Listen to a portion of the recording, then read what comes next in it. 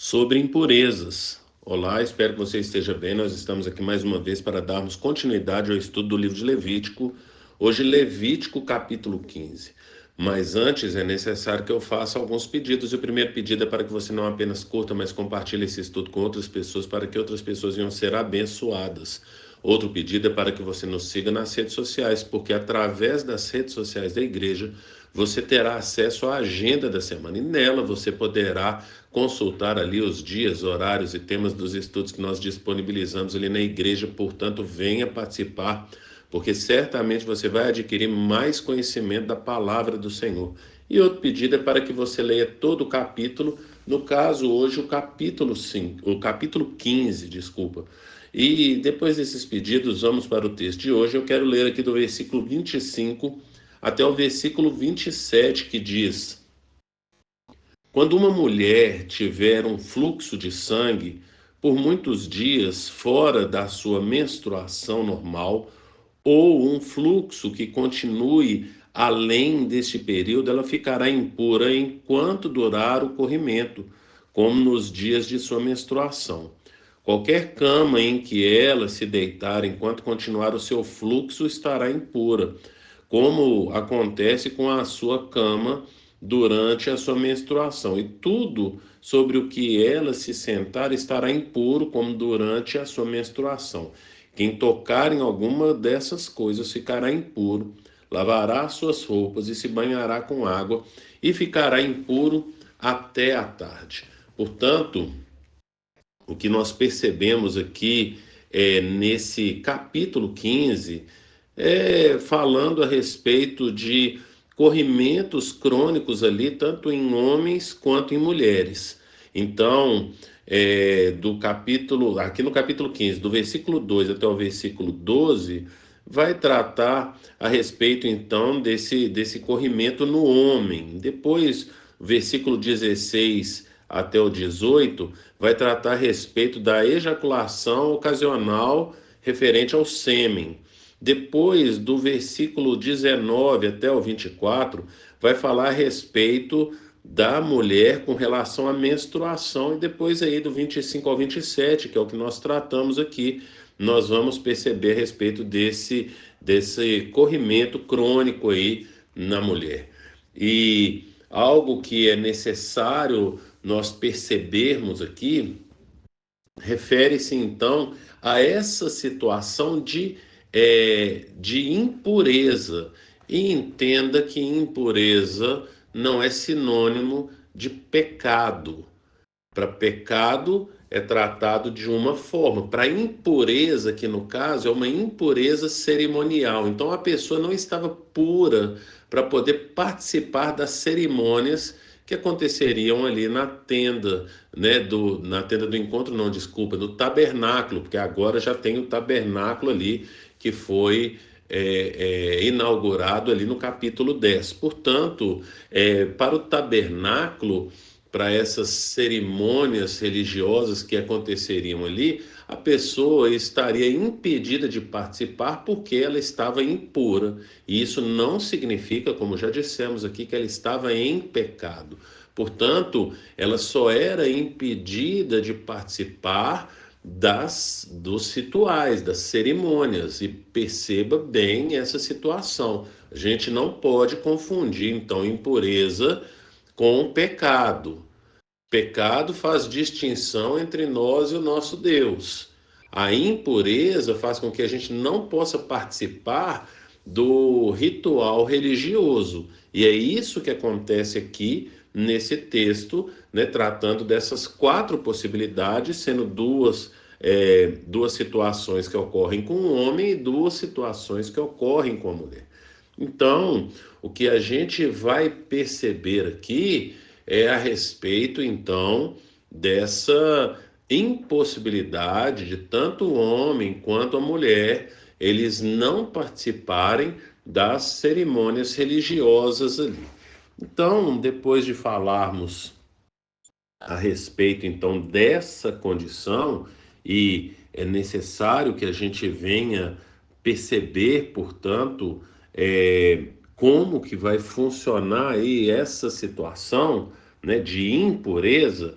e por conta do ato, da cerimônia, né, do ato religioso, a gente precisa ver aqui, então, eu quero ler agora o versículo 31, que vai falar: mantenham os israelitas separados das coisas que os tornam impuros, para que não morram por contaminar com sua impureza o meu tabernáculo que está entre eles. Portanto, essa fala do Senhor, esse versículo agora, essa orientação aqui, vai falar com relação à situação, nos reporta, né? A gente lembra então da situação que aconteceu ali com Nadab e Abiú no capítulo 10, como nós dissemos aqui, que já aconteceu ali na inauguração do tabernáculo, ali no versículo 1 e 2, a respeito deles terem trazido ali um fogo estranho. Portanto, no ritual, ali na cerimônia, as pessoas correm risco, como aconteceu com Nadab e Abiú. Se nos rituais religiosos a pessoa estiver impura, ela corre esse risco, então, de morrer, que é o que está falando aqui no versículo 31. Perceba que aqui no versículo 31, lendo novamente, fala assim: mantenham os israelitas separados das coisas que os tornam impuros, para que não morram por contaminar com sua impureza o meu tabernáculo que está entre eles. Portanto, essa impureza pode contaminar ali o tabernáculo, mas isso não significa pecado, e a gente precisa tomar muito cuidado com relação a isso. Por quê? Porque nós temos uma passagem ali no Novo Testamento, e eu quero compartilhar com vocês aqui, está lá em Marcos, no capítulo 5. Lá em Marcos, capítulo 5, a partir do versículo 25, fala assim: e estava ali certa mulher que havia 12 anos vinha sofrendo de hemorragia. Portanto, essa mulher está nessa condição que nós acabamos de ler aqui em Levítico, capítulo 15.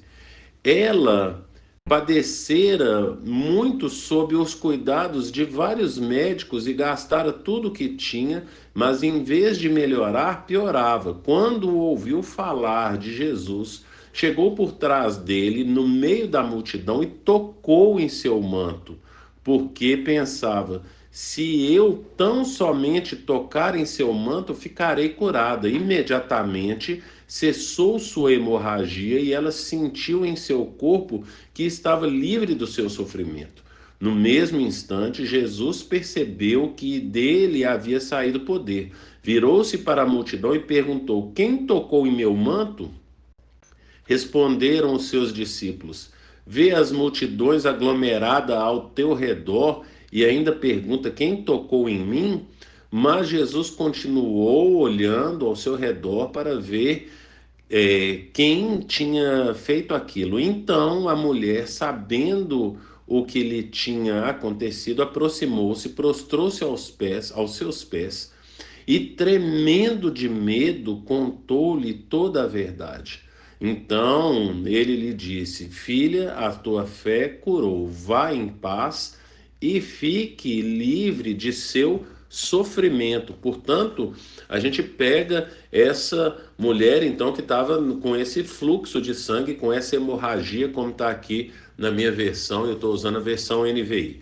Portanto, ela tinha essa hemorragia, havia 12 anos, e então ela estava impossibilitada de participar das cerimônias religiosas.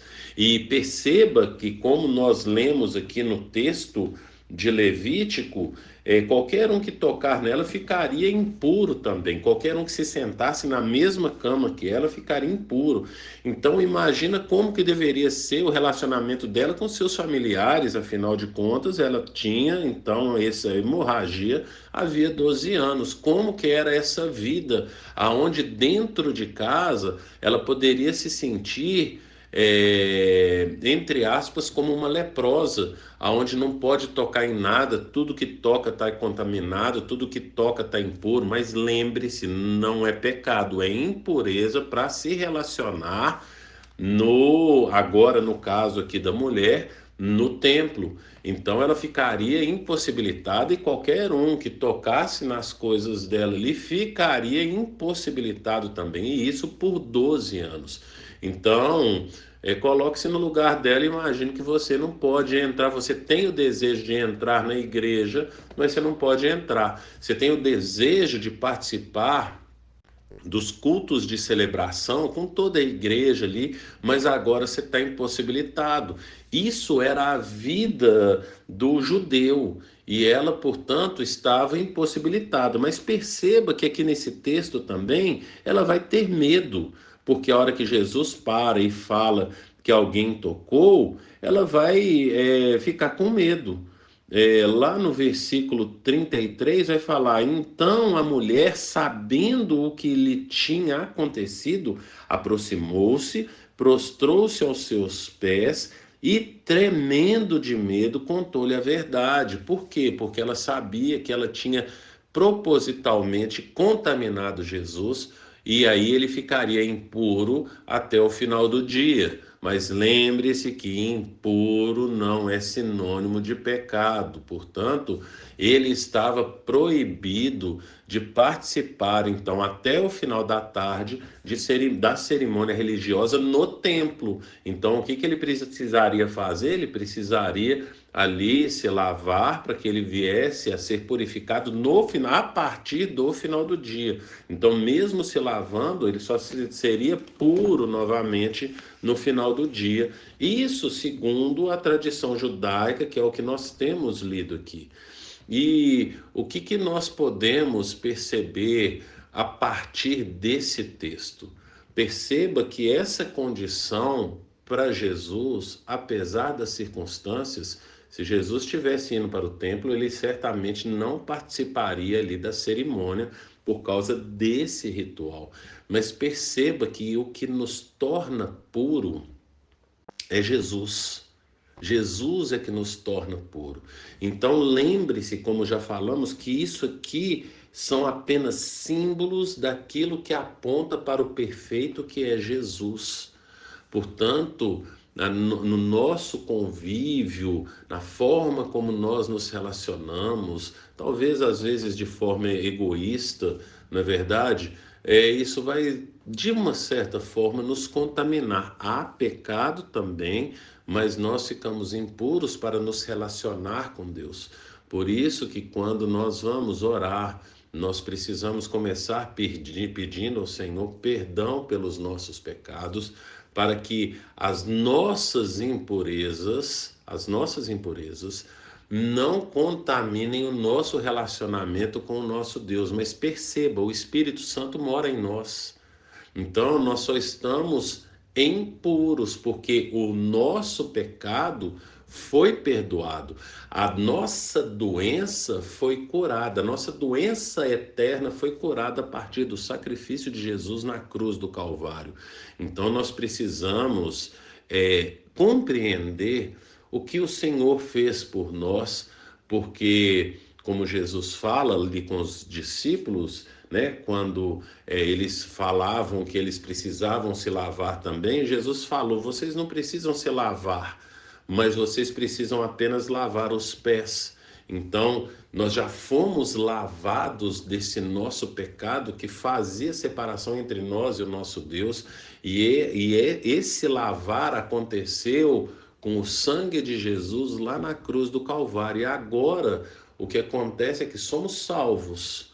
Porém, a gente ainda peca, então somos santos lutando contra o pecado. Não somos mais pecadores, não é verdade? Mas santos lutando contra o pecado. E por que nós somos santos? Pelo que Jesus fez na cruz do Calvário. Se você ler aí Colossenses capítulo 1, versículo 22, vai falar que por causa do corpo físico de Jesus, ele, Jesus, nos apresenta diante do Pai santos, inculpáveis e livres de qualquer acusação. Portanto, nós somos santos por causa do sacrifício de Jesus. Então, somos santos, mas nós, então, procuramos lutar contra esse pecado. Nós vamos buscando essa santidade. E por que fazemos isso? Para que a gente continue se relacionando com o Senhor. Portanto, quem nos purificou foi Jesus Cristo de Nazaré. E Ele nos purificou, somos puros e por isso nós temos livre acesso ao Pai. E a minha pergunta para você, pegando o exemplo dessa mulher que parecia querer ficar livre dessa situação, principalmente por causa da restrição do relacionamento que ela tinha com as pessoas, não é verdade? Mas principalmente sendo impossibilitada durante 12 anos de participar da reunião ali no templo, a minha pergunta é: quanto que nós temos aproveitado a partir de sermos lavados por Jesus e purificados por Ele, quanto nós temos aproveitado para nos relacionar com o nosso Deus? Nós nos relacionamos com o nosso Deus? Pense que um dia tem 24 horas e quanto tempo que nós tiramos para nos relacionar com Deus. Pense nisso e que o Senhor te abençoe.